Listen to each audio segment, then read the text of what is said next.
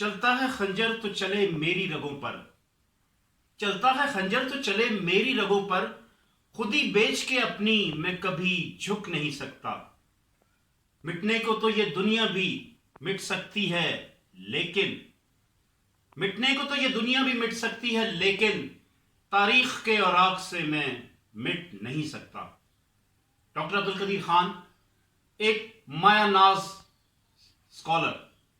اور ایک authentic scholar جو آج ہم میں نہیں رہے، اور یہ نقصان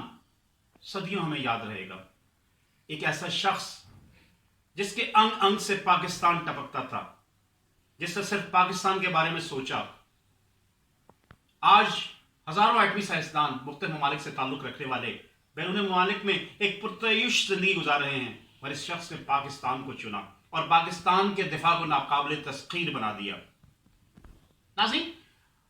صحافتی زندگی کے دوران مجھے بھی یہ فخر حاصل ہے کہ ڈاکٹر صاحب کے ساتھ میرا ایک قریبی شغف رہا، اور ان سے بات چیت اور ایک کویسچن آر سیشن میں ایک پروگرام ان کے ادارے کی جانب سے تھا، اس میں میں ان کے ساتھ شامل تھا۔ پہلی بار مجھے کوئی استاد ملا، یونیورسٹی کے تمام اساتذہ جنہیں یورینیم کی افزودگی کے بارے میں تھیوریٹیکل نالج تو تھا مگر پریکٹیکل نالج نہ ہوا، جس کی وجہ سے یہ اساتذہ، سطحی علم رکھنے والے اساتذہ، ہمارے مائنڈ سیٹس کلیئر نہیں ہو سکے۔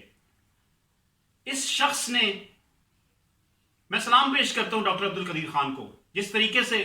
مجھے یورینیم کی افزودگی اور آئسوٹوپس کے بارے میں بتایا،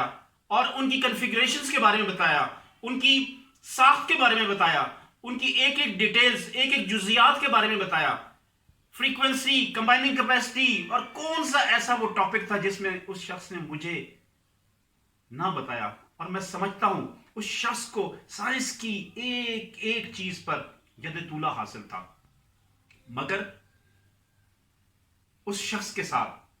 میں پہلے بھی عرض کر چکا ہوں، میرا پروگرام کسی سیاسی یا کسی مذہبی، کسی لسانی یا کسی شخصیت پرستی پر بلیو نہیں کرتا۔ میں اس چیز کو دیکھتا ہوں کہ پاکستان کے لیے اس بندے کا ٹیلنٹ کہاں تک کام آیا۔ ڈاکٹر اے کیو خان کے جو سکولز تھے، کالجز تھے، اور جو ان کے نام سے ایک اے کیو خان ریسرچ ادارہ اور کافی چیزیں تھیں، وہاں پر